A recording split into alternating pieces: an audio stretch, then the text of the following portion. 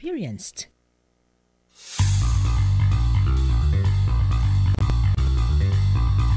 He is intelligent, he is experienced, he has seen history, he is in history, and he is the most qualified.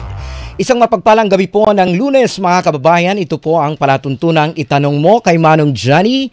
Of course, we have here former Senate President Juan Ponce Enrile. Magandang gabi po, Manong Johnny. Magandang gabi po sa iyo, Ricky, at magandang gabi po sa inyong lahat na tagapakinig namin. Opo. At ang sambayanang Pilipino. Kumusta po yung weekend ninyo, Manong Johnny? Mabuti naman, kanina ka. Kasama ko si Manny Pacquiao sa Bible reading sa Enrile sa Bonifacio. Okay. At magaling siya. Magaling, hindi lang magaling na boksingero. Magaling pa sa preacher. Oo, at nakakatuwa nga po kasi parang nakita ko sa feed sa Facebook na nagpa-selfie pa sa inyo. Oh. Si Senator Manny Pacquiao. Ako humingi ng selfie sa kanya. Okay. Anyway, mga kababayan, bukas po ang aming linya para po sa inyong mga katanungan. Siyempre, ito po pala tuntunang Itanong Mo kay Manong Johnny.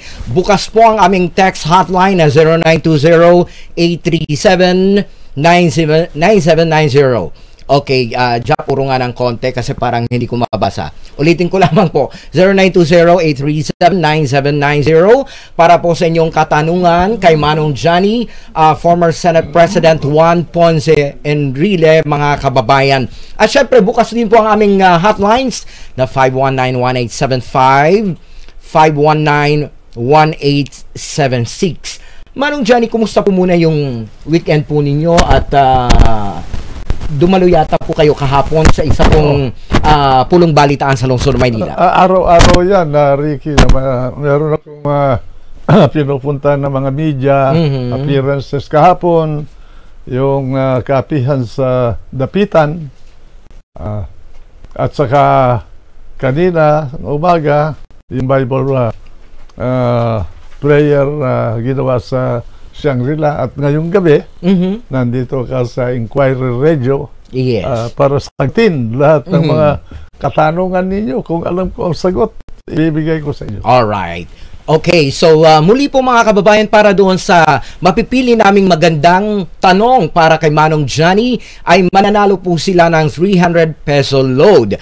Kaya wag na pong mag-atubili, wag ho kayong mahihiyang magtanong kay Manong Johnny. Lahat po yan ay sasagutin ni former Senate President Juan Ponce Enrile. 300 peso load ang inyo pong mapapanalunan. And by the way, Manong Johnny, kahapon habang kayo'y dumadalo doon po sa isang pulong balitaan sa lungsod ng Maynila, anong nangyari po yung kahindik-hindik na pangyayari doon po sa lalawigan ng Sulu, kung saan binomba ang simbahan ng Our Lady of Mount Carmel. Ano po ang thoughts ninyo dito na sa kabila ng may umiiral na batas militar sa Mindanao region at yung tinatawag natin COMELEC gun ban, ay nangyari po yung ganong trahedya? Nangyari din yan sa amin nung kapanahonan ko sa tanggulang pambansa natin sa Defensa Nacional. Kung natatandaan ninyo, yung mga matatanda na may edad na sa ating bansa, sinunog nila ang Sulu. Sinunog nila. Ngayon, ako'y nalulungkot, narinig ko din yan nung nagkaroon niyang pagbubomba na yan sa Jolo kahapon. Ako'y nalulungkot sapagkat yan ang naging mitya ng pagsiklab ng labanan ng Kristiyano at mga Muslim sa Mindanao nung kapanahonan ko, 1970 to 71 yun. At ang sandatan lakas ng ating bansa ay walang kinilingan, parehong linabanan yung pangkat ng mga Kristiyano at pangkat ng mga Muslim para maawat sila. Okay. At nagkaroon ng mga massacre yan dahil doon sa pagsiklab ng labanan ng Kristiyano at mga Muslim sa Mindanao. Yung Manalili massacre sa Carmen. Okay. 56 na Muslim ang pinatay sa loob ng mosque nila doon sa Manalili. At nandun ako mismo sa lugar na yun, pinuntahan ko yun eh. Kaya ako'y nalungkot nung narinig ko yung nangyari sa Jolo, sapagkat dapat lang sana magkaunawaan yung dalawang reliyon sa ating bansa. At yan ang dahilan kung bakit ibinigay ng Kongreso yung BOL. Pero mukhang nandiyan pa rin yung mga puwersa na hindi nagkakaintindihan. At dapat ang panawagan ko ay kailangan pigilin yung emosyon. I hope that both sides will exercise restraint for the sake of the country, for the sake of unity, for the sake of the people who are going to be involved in a bloody mess. Okay, so Manong Johnny, what you're saying is that ang dahilan nito ay yung pinagmumulan ay religious conflict. Tama po ba? Oh, ganun nga. Ganun. Sapagkat kung pag-aralan nila yung Quran, talaga embedded yan sa doktrina nila eh. Okay. Oh. Alright. So, since nangyari po ito sa loob ng bahay sambahan, no? Particular doon sa Our Lady of Mount Carmel Church, na isang Catholic Church, Manong Johnny, sa tingin niyo po ba muling babangon yung mga Kristiyano katulad sa nangyari noong 70s? Ricky, sasabihin ko muna ito, no? Pangalawa na yan, pangyayari na yan. Kung natatandaan ninyo, nung nag-umpisa yung gulo sa Marawi, ang unang tinira nila yung simbahan, di ba? At binihag pa yung isang pari na Kristiyano doon. Ngayon, maari na mabuhay muli yung pangkat ng mga Kristiyano na lumaban sa kanila sa Mindanao. Pero that will take time. Kailangan magkaroon ng preparation yan kung gagalaw sila. Alright. Ano po bang nakikita ninyong dapat na maging intervention ng government? Dahil kung ang pag-uusapan po natin ay religious conflict, parang ang hirap naman yata mamagitan ng gobyerno sa pagitan ng mga Muslim at mga Kristiyano. You have to fight both sides in order to maintain order. Okay, in what way, Manong Johnny? Militarily. Okay. We did that in 1970-71. Okay. So, ang at that time, ang puwersa namin 48,000 lamang, less than 50,000 people in the armed forces. Pero nakayanan namin. Alright. Okay. Kasi noong 70s, Manong Johnny, nag-aklas yung mga Kristiyano doon. So, kaya nangyari, parang mas lalong naging matindi yung hidwaan or sigalot sa pagitan ng mga Kristiyano at ng mga Muslim. Ang pangkat ng mga Muslim noon ay yung tinatawag nila na black shirts. Ano? Okay. At ang pangkat naman ng mga Kristiyano, yung tinatawag nila na ilaga. Okay. At yung ilaga ay binuo yun ng 6 o 7 mayors ng mga Ilonggo sa Mindanao. Takurong, Jose Escribano, 2 Delaserna ng Banga at Libongan, Esteban Duruelo ng Pigkawayan, Nicanor Diquiña ng Sayap, at saka si George Labog ng Libak. Yun ang mga pinag-umpisan yan. At ang padrino nila isang gobernador na Kristiyano na Ilonggo. So malalim na yung pinag-uugatan ng hidwaan, Manong Johnny.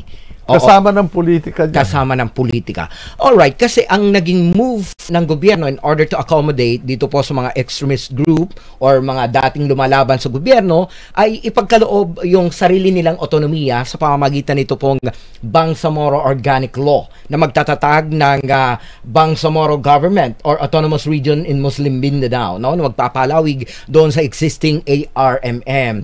Pero parang in just a couple of days, nangyari ito pong trahedya na ito. Alam mo, Ricky, kahit sila mismo, hindi sila nagkakaunawaan eh. Itong tribo ng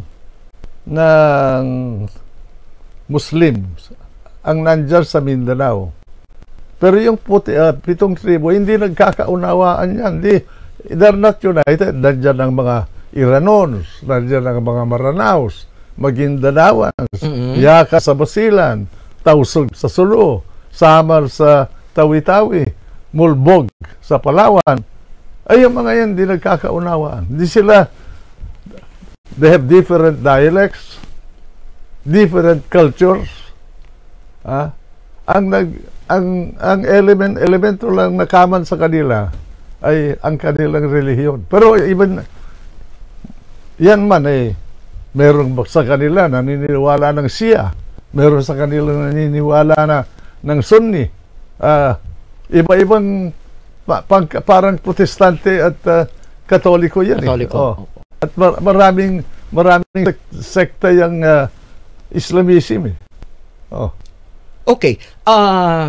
May mga tao po na nagsasabi, Manong Johnny, na hindi naman daw religious war yung nangyari, pero ang binabanggit nyo po ngayon at iginigit nyo po na ito talagang pinagmumulan, ugat ng hidwaan doon sa Mindanao. Alam mo, hinawakan ko na 17 taon ng problema ng katahimikan sa Pilipinas. At pinag-aralan kong masinsinan yan.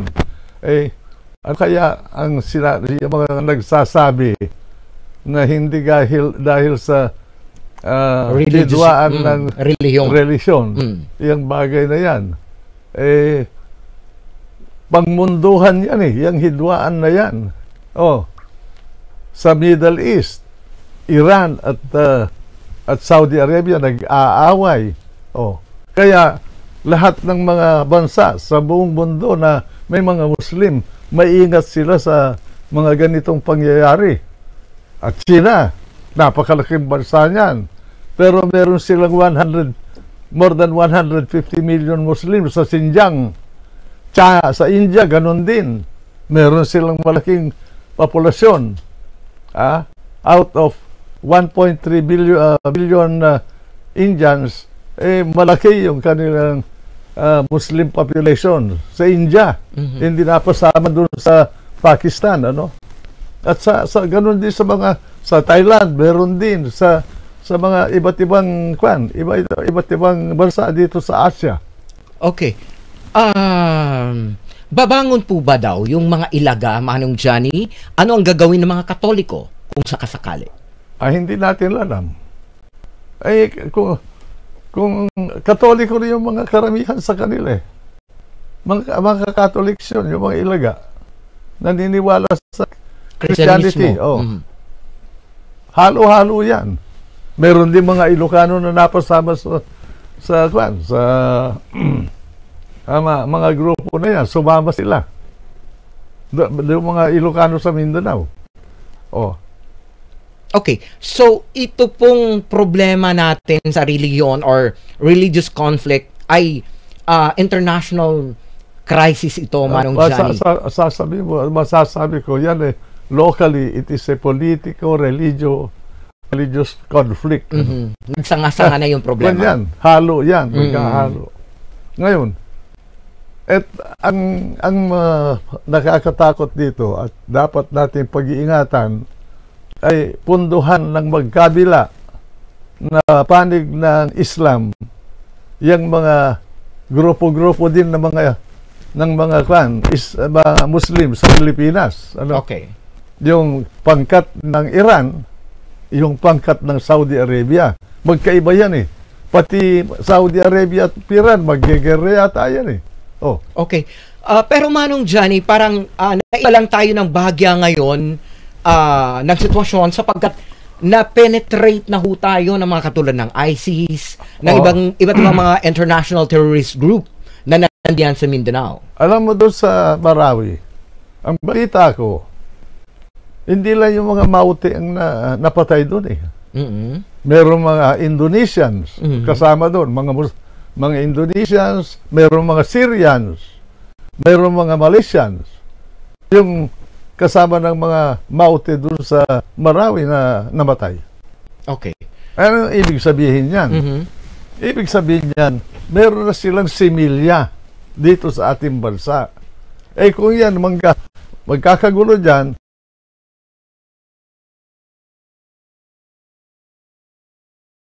Kristiyano sa Mindanao, hindi naman papayag yan na mamamatay sila na hindi sila lalaban. Okay. Nakataas po Manong Johnny yung heightened alert sa buong bansa, particular dyan sa Mindanao, kung saan may umiiral nga po na martial law. Kayo po bilang matagal nang naging kalihim ng defense o naging defense minister, no, sa panahon ni Marcos at ng iba pang mga administrasyon, ano po ang maari ninyo maipayo kay Pangulong Rodrigo Duterte? Hindi ko bibigyan ng advice ang presidente. Bakit po? Alam niyang ginagawa niya eh. Mahirap yun. Mahirap. Maliban na lang kung magtatanong. Sasabihin ko lang sa kanya kung anong nangyari at anong ginawa namin. Okay. So you have to wait for the president to ask you. Yeah, I'm not going to volunteer any suggestion. Okay. Well, last week, Manong Johnny, binabanggit niyo po na hindi ang pag-shift ng forma ng gobyerno patungo sa federalismo or itong BOL ang ultimate solution para sa long-lasting peace sa Mindanao, kundi sabi niyo nga po, kailangan muna i-empower natin yung mga kababayan natin doon, bigyan ng trabaho, pagkakakitaan, makakain, para tawag nito eventually, tatalikod na sila sa armadong pakikibaka. Tama po ba yun? Paki-elaborate po. Mare-reduce lang siguro. Mare-reduce lang. Ang level ng tension doon. Pero hindi mo matatanggal lahat yan sapagkat meron ding mga ambisyoso na politiko doon na gusto humawak ng malawak na kapangyarihan. Ayan ang problema. Agenda. Meron kahalo na dyan mga ibang bansa na nag-aambisyon din na makasama nila yung mga karelihiyon nila doon sa Mindanao natin. Okay. Sige, tutuloy po natin mamaya, Manong Johnny, yung ating balitaktakan. Medyo mainit-init po itong usapin ng hidwaan or kaguluhan dyan po sa may bahagi ng Hulo-Sulu, mga kababayan. Samantala, ulitin ko lamang po bago tayo mag-break. Bukas po ang aming mga linya ng telepono para sa inyong mga katanungan, 519-1875, 519-1876. Mag-text din po kayo para sa inyong mga katanungan at mananalo ho kayo ng load na 300 peso na ibibigay po namin maya-maya para sa may magandang tanong para kay Manong Johnny sa 0920-837-9790. Magbe-break ho kami saglit lamang. Magbabalik ang Itanong Mo kay Manong Johnny. Taga Makati ka ba? May tanong ka ba? Kailangan mo ba ng advice? May kasabihan nga sa sports that when you learn to lose, you will know what it takes to win. Advice ko si Monsur. Thursdays, 7 to 8 in the evening. Dito lamang sa DZIU 990, Inquirer 990 Television.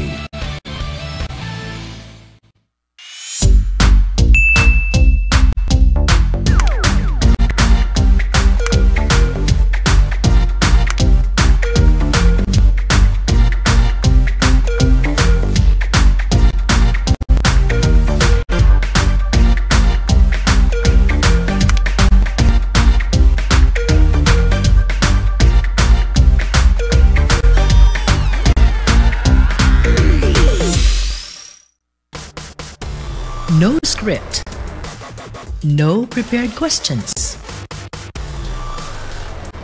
It's raw. It's pure talk. Raw Talk.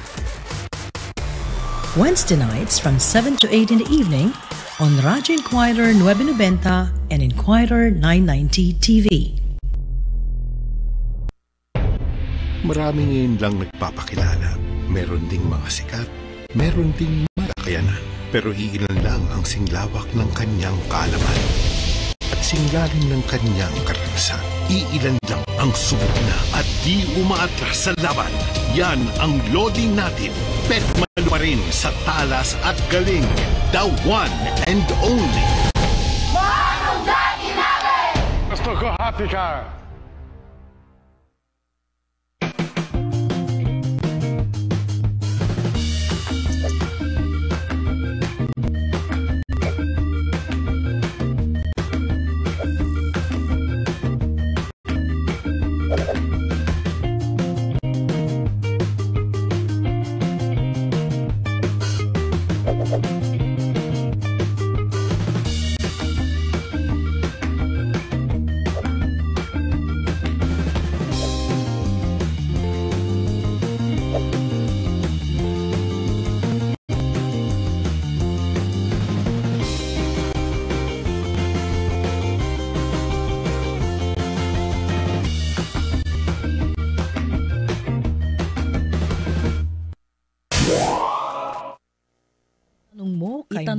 kay Manong Johnny. He is experienced.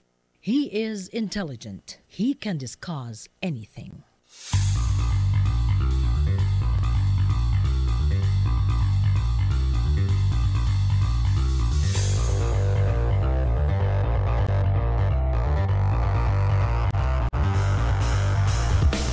Alright, 18 minutes after 7 o'clock in the evening. Ito po ang itanong mo kay Manong Johnny. Of course, I am Ricky Brosas. Kasama po natin dito, former Senate President Juan Ponce Enrile. Sir, binabanggit nyo kaninong panahon ninyo na kahit paano na-contain yung sitwasyon, no? Na sa kabila ng kokonti lamang naman ang mga bilang ng mga sundalo, yung mga uniform personnel natin, kumpara ngayong panahon na mas marami yung ating pong mga kasundaluhan or bilang ng maturidad. So, ibig sabihin, kaya po nasugpuin talaga yung krisis doon sa Mindanao. Liliwanagin ko lang. Okay.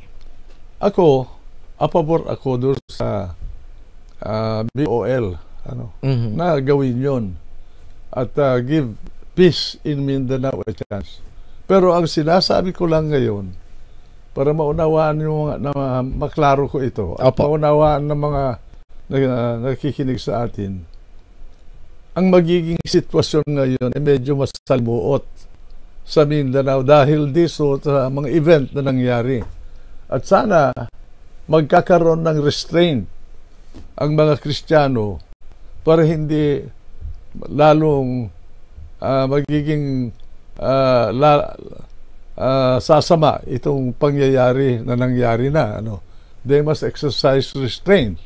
But given that, bilang preparasyon, baka sakali aawatin mo yung dalawang magkabilang panig, ang aking maaring isuggest sa ating kasundaluhan ay mag-prepare sila to move some forces in Mindanao enough to maintain order para hindi magsagupaan yung mga grupo-grupo dyan na armado.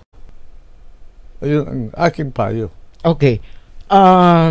Kasi tawag nito, nandoon nga po mayorya na ng ating mga ng armed forces ay in place sila doon sa mga lugar sa Mindanao region, particularly in Jolo, Manong Johnny. Pero bakit nga patuloy itong sagupaan at hidwaan at ang binabanggit nyo kanina, isa sa mga dahilan marahil ay ang relihiyon na aspekto, no?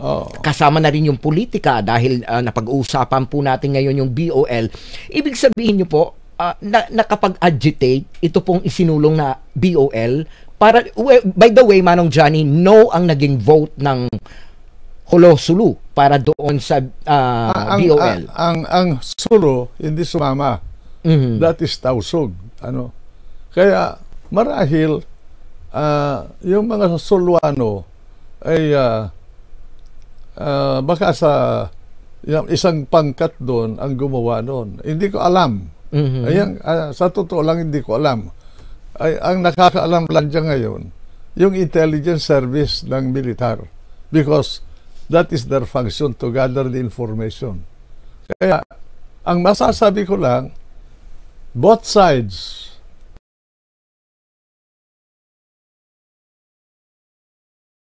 act. Bigyan nyo muna ng cooling period itong sitwasyon, exercise restraint para sa hindi lumawak ito. In what way, Manong Johnny? Yung restraint na binabanggit ninyo? Sa mga leaders nila. Ang dapat magsabi doon sa mga kanilang mga followers to keep cool. Oo, kasi magkakapit bahay lang din po naman sila doon eh. Magkakapit bahay. Oo, so talagang very challenging on the part of the authorities, Manong Johnny, kung paano maibsan ito pong sitwasyon. Tama. Is a need to augment the forces that we have there in place right now, Manong Johnny? I do not know how much force they have in Mindanao, but they should assess that immediately. Because the purpose of the military in this situation is to prevent violence, to prevent the spread of violence, to cool the situation. Okay. Pasintabi po ha, pero itatanong ko ito dahil hindi ako matatahimik, Manong Johnny, kapag hindi ko itanong ito. Dahil may mga lumalabas ngayon sa news feed din sa social media na sinasabi because Sulu has voted no for the BOL. I'm sorry, pero sinasabi nila baka government sanction din po ito. Ano? Government sanction din po. Hindi naman gagawin ng inconsistent yan eh. Yung gobyerno nga gusto na ginawa yung BOL to achieve peace. Why should they create a problem for themselves? For what? Because they voted no. If the thousands voted no, that is in favor to us, to the government. Because basag yung teritoryo nung proposed territory nung na-cover nung BOL. Oh, ngayon yung Tawi-Tawi hiwalay. Ngayon, yung mainland hiwalay, kahiwalay sa Tawi-Tawi. So you have a segment of the Muslim population na becomes a barrier or a buffer between the two parts of the autonomy. And that is favorable to the interest of the Republic because they cannot control the Sulusi. Okay. Para sa mas malalim pa na paglimit sa usapin na ito, Manong Johnny, kailangan po ba talaga natin na mag-ratify ng panibagong batas in order to, well, ma-separate lang natin yung mga Muslim at mga Kristiyano nang sa gayon hindi pa ulit-ulit na nangyayari itong mga insidente na ito? Ricky, hindi na batas yan eh. Kailangan diplomacy na yan. Kausapin yung mga leaders ng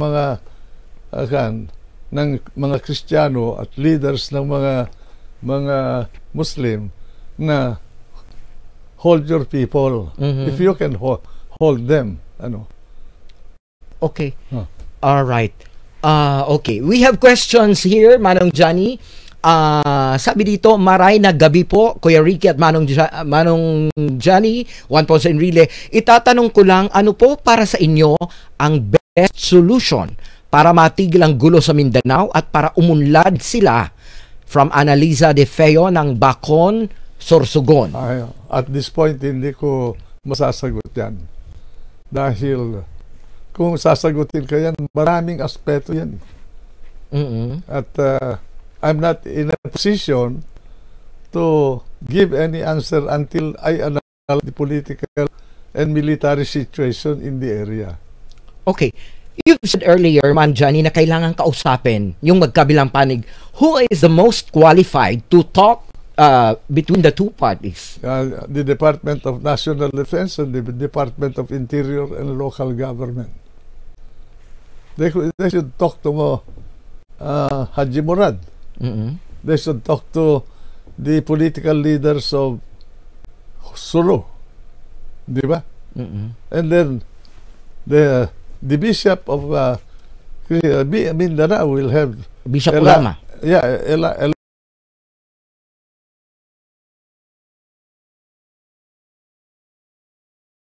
Especially the Cardinal of Mindanao.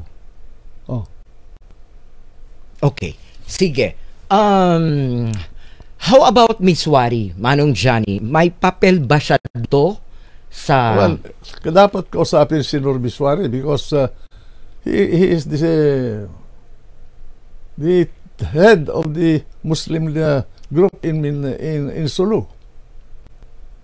Sila sa Kurtan o yung gobernador. At saka yung mga congressman doon sa Basilan, sa Tawi-Tawi, sa Sulu.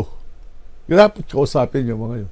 Ganon din yung mga political leaders and the imams and the religious leaders of Islam in the areas involved. Ganon din ang mga Kristiyano. Both political and religious. Okay. Kasi ang sinasabi ng iba, ano po ito yung BOL ay tilaga political accommodation sa mga Muslim group doon sa Mindanao. But still, paulit-ulit po itong... ang aking intindi dyan, ang presidente decided to implement through the BOL, a provision of the Constitution establishing an autonomous region of Muslim Mindanao by giving them more autonomy, more power into take care of themselves. Yun ang intindi ko. And that is given. I support that. Pero given that, and given the dynamics of religion in Mindanao, I was not fully convinced that that alone will bring a complete peace in Mindanao. As we can see now, there are still people who like to use violence to create problem in Mindanao. Okay. And but the government, being the government that has the power to restore order in any part of our country, must watch this and exercise caution and prudence in handling the situation. Alright, so bago tayo mag-pause for a very short break, meron tayong tanong uli dito. Magandang gabi po dito sa Isabela, ay no ang binoto. Isabela sa Basilan, no? Ng tao. Itatanong ko po kay Manong Enrile, paano nyo po mapapabago ang isip ng tao sa Isabela para matanggap ang BOL? Para sa ikaunlad ng Isabela, Randy Manti, Santiago City, Isabela. I will not assume knowledge about the way the people of Isabela, Basilan, would decide their fate. Sa kanila yun eh. It is their choice. Their choice is not to join. For whatever reason, I do not know. Di ba? Okay. Good eve. Tanong ko po kay Manong Johnny, bakit po kaya ginagawa ng ibang tao na manggulo? Sino kaya ang nag-uutos sa kanila na gawin iyon? Di ba dapat magkaisa tayo, isa ang lahi natin from Melody Elguera of Teresa Rizal? Mahirap na sagutin yan. At hindi ko alam na may nag-uudyok. But given my experience in handling the problem in Mindanao, at saka yung mga ibang pangyayari na ganyan sa ibang bansa, there is always an element of influence coming from somewhere that triggers things like this. I hope I'm wrong. I think if you are going to study a problem like this, pag pinag-aaralan mo, kailangan malawak yung pag-aaral mo eh. Titingnan mo ang lahat ng anggulo. Para sa ganon, you can arrive at a better solution to the problem. Alright. So we have to pause for a very short break, mga kababayan. Magbabalik po ang itanong mo kay Manong Johnny makalipas lamang lang paalala. Marami ngayon lang nagpapakilala. Meron ding mga sikat, meron ding may kakayanan. Pero iilan lang ang singlawak ng kanyang kaalaman at singlalim ng kanyang karahasan. Iilan lang ang subok na at di umaatras sa laban. Yan ang loading natin. Pet Malu pa rin sa talas galing. The one and only. Manong Namin! Gusto ko hati ka.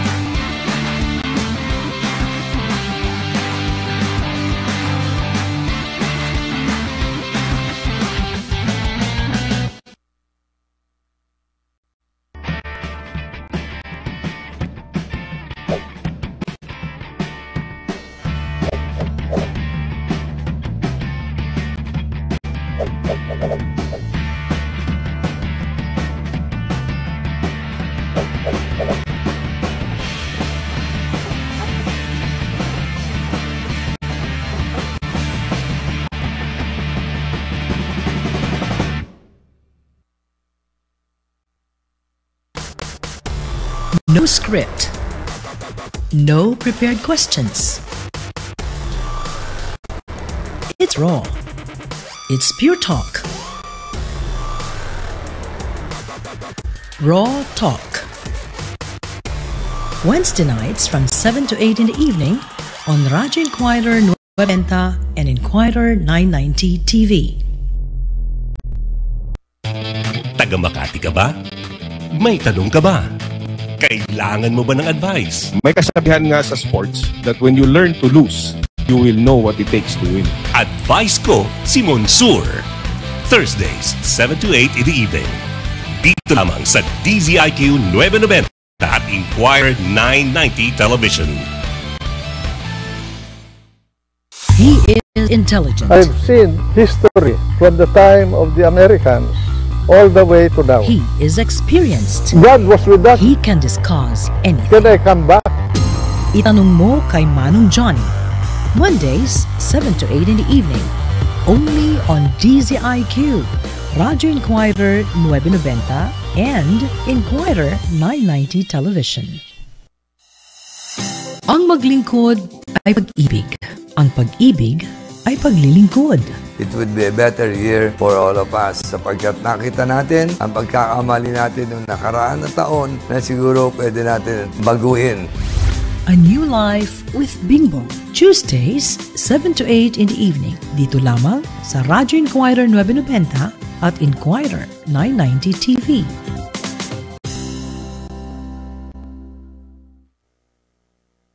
Tanong mo kay Manong Johnny. He is experienced. You heard us live sa DZIQ 990, 990 kHz sa inyo pong mga talapitan. Simulcast sa inyo pong mga telebisyon sa pamamagitan ng Inquirer 990 TV, sa mga beam channels, at syempre pa sa ating pong multi-platform sa Facebook, sa radio.inquirer.net, sa inquirer.net at sa iba pang mga plataforma ng Inquirer Group of companies. We have here our live guest and visitors, Manong Johnny, mga nagagwapuhan na mga kalalakihan. All right. We have JP Ocat from Ateneo. Okay. Hi, JP. Kumusta po? JP naman po siya. Okay, and we have also Ron Ducos, Humanities and Social Sciences, grade 12, senior high school, no, from University of the East. Kumusta ka? Okay lang po. Hindi ka naman nagugulat sa amin, no? Sobrang excited. Excited kasi, naman, okay.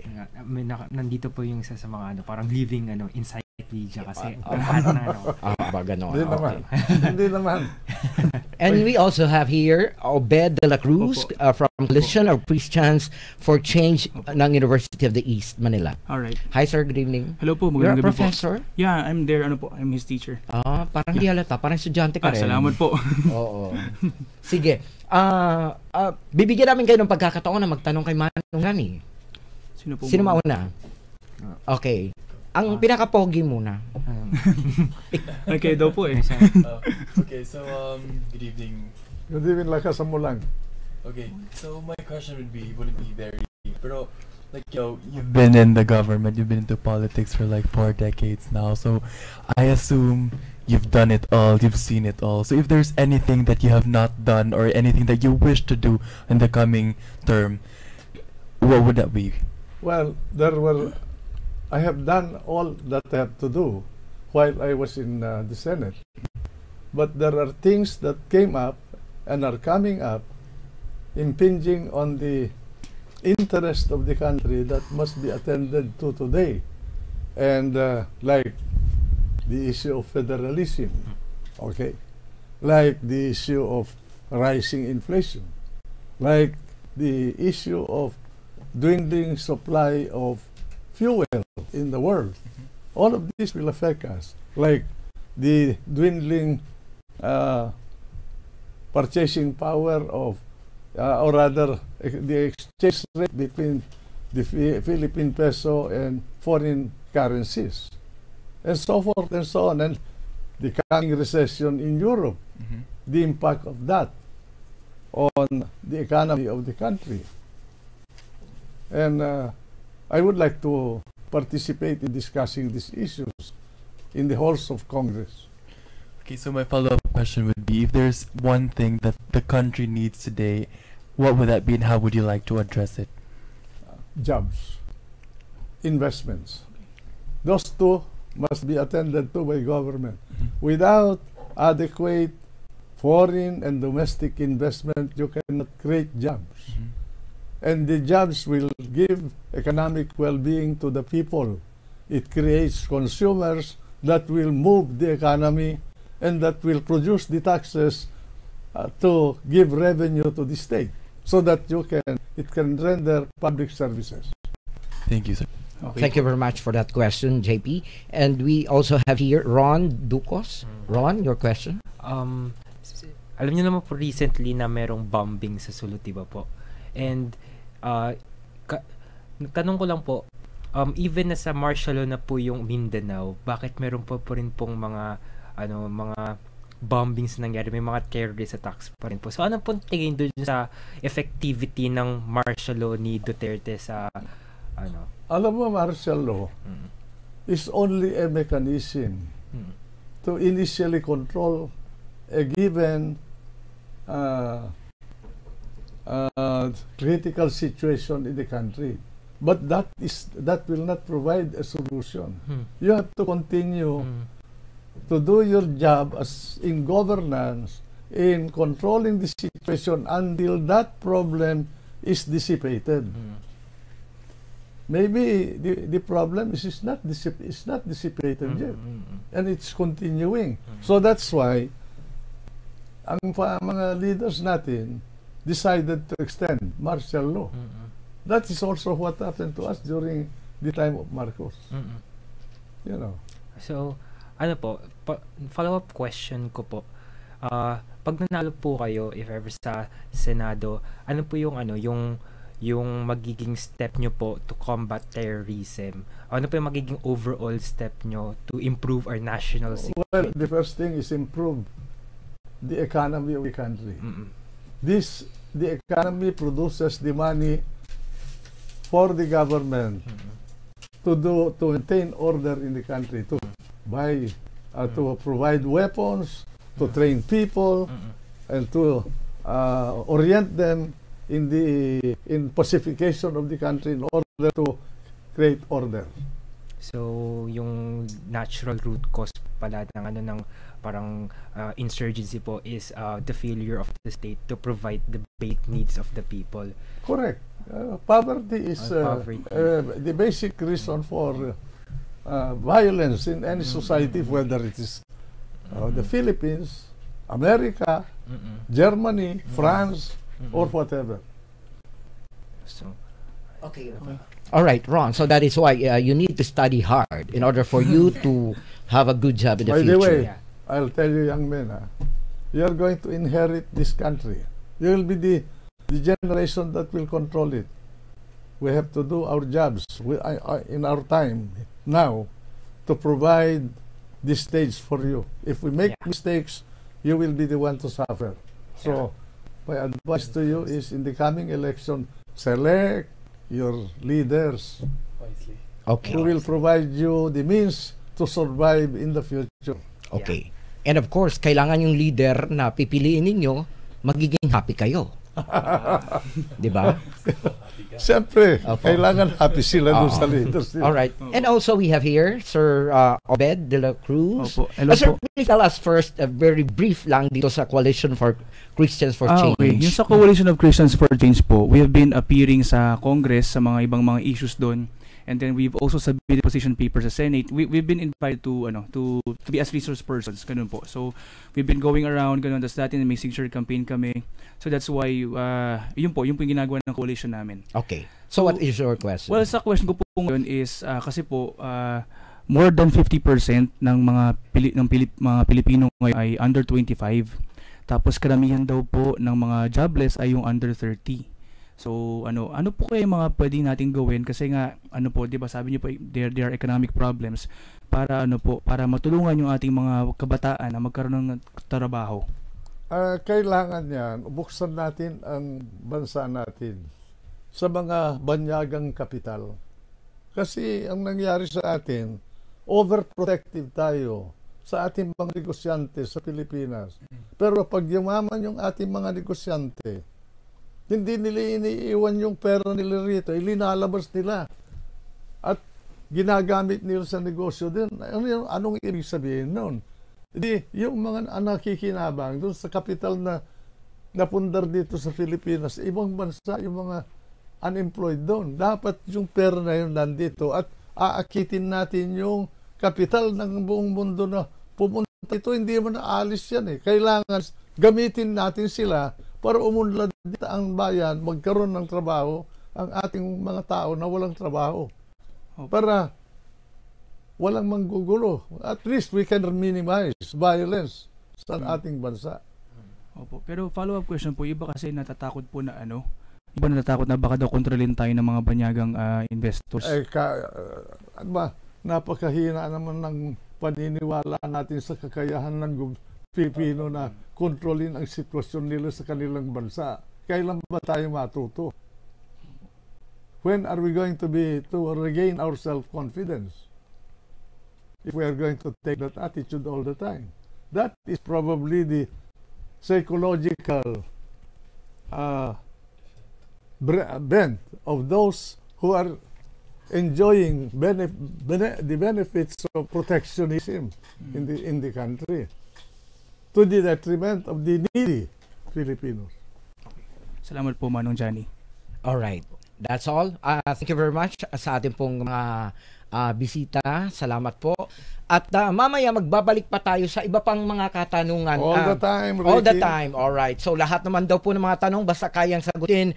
Wala naman po yatang hindi kayang sagutin si Manong Johnny. Lahat naman po yata ng ating mga katanungan ay kanyang matutugunan. Diyan lamang po kayo, magbabalik tayo sa iba pang mga usapin at pagtalay. Kasama po natin dito si former Senate President Juan Ponce Enrile. At ito po ang Itanong Mo kay Manong Johnny, 7:45 in the evening. Marami ngayon lang nagpapakilala. Meron ding mga sikat. Meron ding may kakayanan. Pero iilan lang ang singlawak ng kanyang kaalaman. At singlalim ng kanyang karahasan. Iilan lang ang subok na at di umaatras sa laban. Yan ang loading natin. Petmalo pa rin sa talas at galing. The one and only. Manong Johnny Namin! Gusto ko happy ka. Taga Makati ka ba? May tanong ka ba? Kailangan mo ba ng advice? May kasabihan nga sa sports that when you learn to lose, you will know what it takes to win. Advice ko si Monsur. Thursdays, 7 to 8 in the evening. Dito lamang sa DZIQ 990 at Inquirer 990 Television.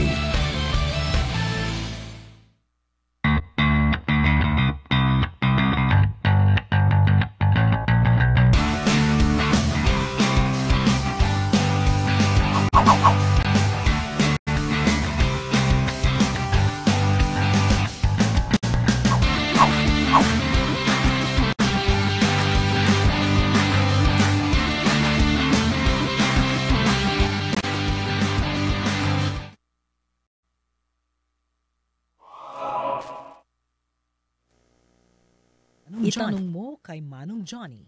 He is experienced. He is intelligent. Alright, habang nagpapa-selfie pa dito yung ating mga bisita kay Manong Johnny, no? Yung mula sa University of the East at syempre mula sa Coalition of Christians for Change, Ateneo de Manila University. Okay,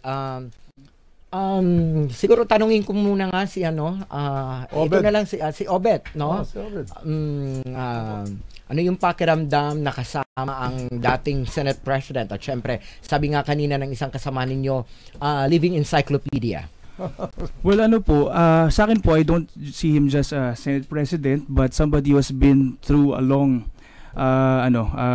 through the long periods of our history. And so he's a primary source. Bilang teacher, syempre mahalaga sa amin yung primary source na who has experience, 'di ba? Yung mga bagay-bagay na 'yan. So hindi lang kami yung mag-rely sa books kundi dun sa mga tao talaga na kasi it's very rare. It's very rare. And I think 'di ba po naabutan niyo yata sila Ginaldo pa, ganun sila si Quezon. Okay. So buhay pa si Ginaldo nung nandito na ako sa Maynila. Opo. He was living in Cavite. And I think may iba tayong mga leaders na nangyari yun. So, nakakatuwa po. Wala, meron, pero patay na lang. Oo. And I wish na mas tatagal buhay ni Manong Johnny. And that makes you happy. Opo, kasi alam ko gusto niya happy ako. Oo. Alright, maraming salamat po. Thank you very much for coming sa inyo pong mga estudyante at sa ating pong guro. No? Thank you. By the way, sir, anong tinuturo mo? Well, I'm teaching politics. Kaya po talagang sawak na sawak sa mga subjects, lessons namin. Okay. Alright, good luck. I still have your questions in the house. Yeah, sure po. Thank you. We'll meet each other again. Okay, Manong Johnny, we have 7:58 in the evening. Medyo personal lang po yung tatanong ko. Hindi naman masyadong Go ahead. Yeah. Oo, okay. Pag-usapan po natin yung longevity, no? Pahabaan ng buhay tayo ngayon dito. Marami na siguro yung nagtanong sa inyo, ano daw po yung sekreto ng isang Manong Johnny, no? Please allow me to ask this question again. Kung bakit, may mga bisyo po ba kayo ng bata pa kayo? Naninigarilyo ako. Opo. I started smoking from the age of 10 all the way to 60. I ended up with 4 packs a day. One day, I was brushing my teeth. Okay. Then,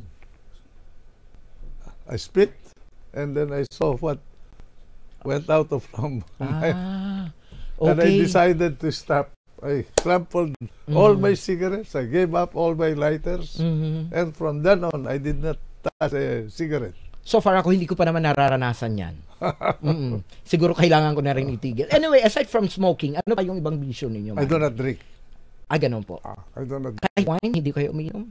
Konti lang. Maybe half a glass or less than half a glass. Kasi sa mga occasion, syempre, kailangan ng But sparingly. Okay. Alright. Now, I eat rice with mixed boiled leafy vegetables, which the Ilocanos call dinengdeng. Halo-halo yun. May alugbati, saluyot, merong ampalaya, merong bilog na ampalaya, bilog na talong, at saka sinasahugan mo ng pritong bangos o inihaw na bangos. So yun yung hito. Yun. Yan yung paborito ninyo ngayon, Manong Johnny. Kumakain pa rin kayo ng karne? Paminsan-minsan. Kumakain pa rin ng lechon, adobo, pork chop, chicharon, at saka chicharon kawali, bagnet. Okay. Alright. Siguro yung mas direct question is how you live a happy life from someone na palagi ninyong binabanggit po at slogan ninyo na gusto ko happy ka. Paano kayo nagiging masaya? Paano pasayahin yung isang Juan Ponce Enrile? Mababaw lang kaligayahan ko. Katulad po ng nag-aaral ako, nagbabasa, nagme-memorya, at nakikipag chika-chika. Chika-chika. Naku, isabay ko na yung tanong. Ay, wag nga lang, baka mamaya magalit sa akin si Miss Arlene. Okay. Anyway, sir, kasi nanonood pa pala kayo ng telebisyon? Oo. Nakikinig kayo ng radyo? Nakikinig ako ng radyo. At nakikinig ako ng musika. Music. Classical, modern, Lola Basyang, kwento. Talaga? Oo. Napakasimple nga, di ba, Manong Johnny? Alright, so, si Chirit, Alimangang, Pamulinawen. Okay. And, Matudnila. Alam ko po yun. Pwede pong pasample, Manong Johnny? Malina Claylabi, Oras Lay Marien. Okay. Ano pong paborito ninyong kanta? Usahay. Usahay. Bisaya? Usahay. Usahay. Sige po. Medyo, isang line lang medyo po. paus ako eh. Ganon. Oo. Kasi ako alam ko po yan eh. Kaso parang ayaw yata nilang marinig. Yung usahay, nagadamgo ako. Nganong nabuhi pa. Alright, di ba? Okay. So Bisaya ang gusto ninyong, paborito ninyong kanta. Matudnila. Ay kalisod. Okay. Talagang lumang tao na si Manong Johnny, no? Anyway. At sa Rumbanggi. Okay, oo. May mabibili pa kayang record niyan ngayon? Siguro i-download na lang natin sa Spotify. Kasi siguro Spotify, niluluwa yung tugtog na yan. Pero syempre, makasaysayan, part of history natin yan, Manong Johnny, di ba? At kultura ng Pilipino. Okay. Ito naman po yung iban sa ilan sa mga katanungan po namin dahil nalalapit po ang Valentine's Day, Manong Johnny. Tama yun. And I know yung birthday niyo po ay Valentine's Day. Hindi ko sige sinadya yun, ha? Ano po yung... Tanungin mo tatay ko at nanay ko. Okay, alright. Kaso wala na po yata sila. Wala nang pareho yun eh. Oo. Nakakatakot naman pag tinanong ko, sumagot sa akin. Oo. Dahil nalalapit po, Manong Johnny, ang Valentine's Day, ano po ang payong pag-ibig, love advice po ninyo na maaring ipamahagi? Sabi po Andrea ng Makati. Love is a commitment. Opo. Di ba? Talaga? Pag iniibig mo yung isang tao, habang buhay yun, dapat. Ganon. Naniniwala din po kayo ng nagmamahalan ng kaparehas ng kasarian? Kaparehas ng kasarian. Halimbawa, yung lalaki sa lalaki, babae sa babae. Pwede yun. Pwede yun. Hindi ko pakikialaman yung gustong buhay ng tao eh. Kung yun ang gusto nila, bakit mo pipigilin? Oo nga. Tingnan nyo nga naman. Lahat talaga kayang sagutin ni Senator. That's a part of freedom, di ba? Of course, sabi nila unnatural, but there are so many things unnatural from the viewpoint of man. But natural, maybe from the viewpoint of God. Di ba? Okay. So I just have to follow up. Kasi, they're friends. Halimbawa, tayo. Magkaibigan tayo, magmahalan tayo. Gusto nating magkasama na sa habang buhay. Bakit hindi? Babae at lalaki, ano yun? Ano kaibahan? The only problem is na kayong anak, di ba? Pwede kayong mga umampon ng anak, di ba? Oo, talagang nakakatulong pa kayo sa lipunan. Talagang happy ako sa iyo, Manong Johnny. Bakit? Doon sa mga salaysay mo ngayon, dahil hindi mo nililimitahan ang mga karapatan ng bawat isa. Ako naniniwala sa kalayaan ng tao eh. Huwag lang sobra. Opo. Dahil kung sobra, anarchism na yun. Ganon. It has to be a reasonably limited freedom. Alright. Ano ang best advice na natanggap ninyo nung inyong kabataan at mula kanino? Magtrabaho ka sapagkat walang iba na magbibigay sa iyo ng kaunlaran na buhay mo kung hindi ikaw rin. Who said that? Yung lola ko. Lola mo? Opo. Sino po daw yung person na nag-impluwensya sa inyo sa mga desisyon ninyo as a young man or nung mga 21 anyos kayo marahil? Ganon po, Manong John. Isang mayor, patay na ngayon. Cesario Peralta ang pangalan niya. Para kung ama yun. Yun ang tumulong sa akin nung ako ay nag-aral sa elementary hanggang intermediate. Okay. Doon nag-umpisa ang aking education. Alright. Hindi ko pa nakikilala yung tunay na tatay ko doon. Okay. Kinakabahan po ako, Manong Johnny, kasi lahat ng binanggit ninyo patay na. Baka mamaya pag nagkwento kayo na magkasama tayo sa programa, pati ako napasama na doon. Wag hindi naman sana. Hindi naman. Okay. Anyway, we have question here from Andy ng Cagayan na imbag na Rabi, Manong. Imbag na Rabi, Andy. Kaugnay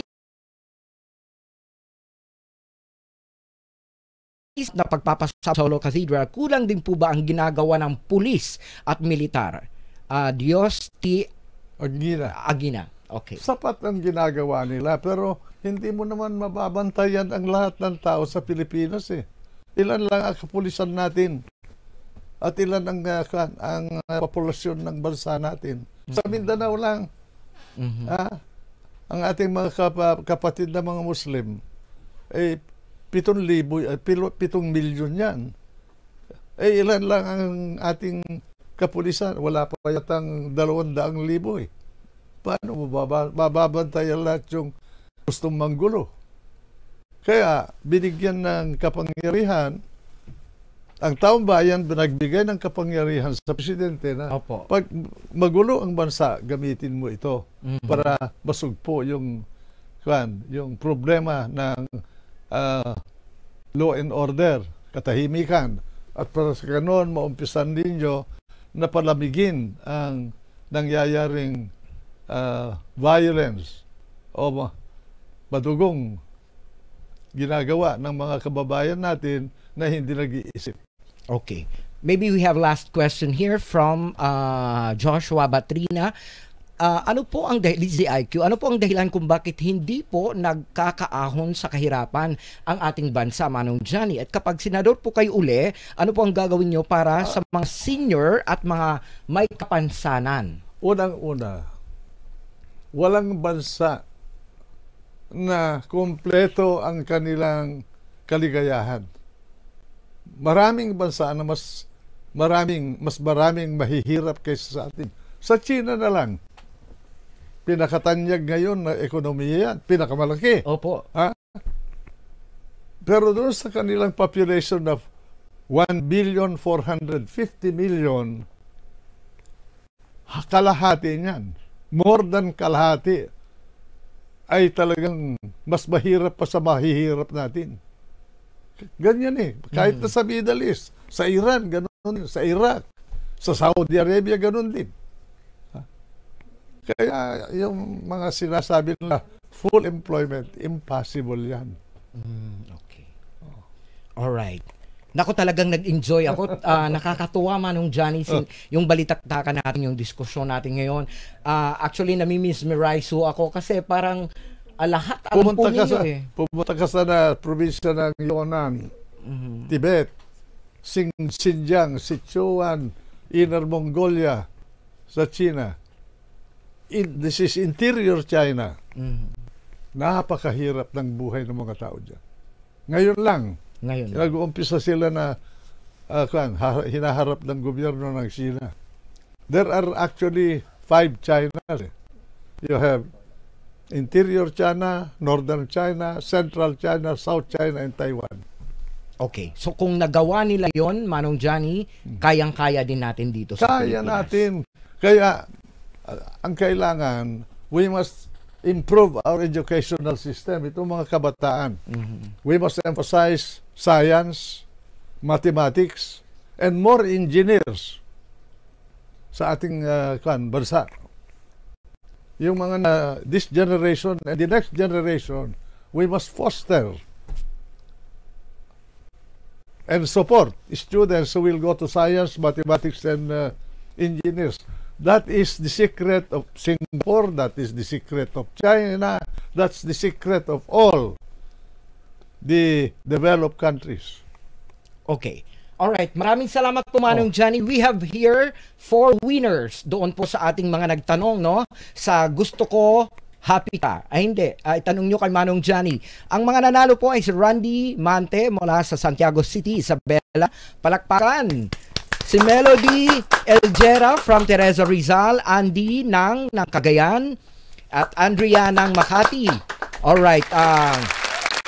At Manong Johnny, dahil gusto ko happy at masaya kami ngayon, nakabuo kami ng hashtag. Hashtag Enrile. Enrile, Ricky. Maraming salamat po. Salamat sa iyo. Sana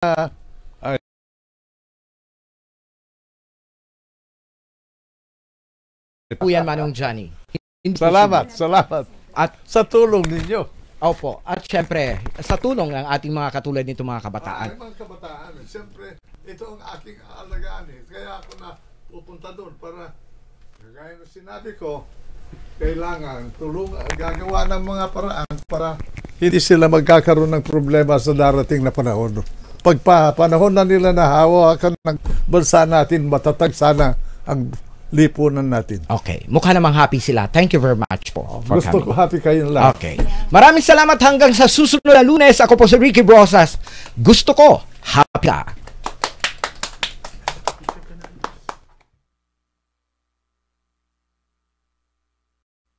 Namin lang nagpapakilala.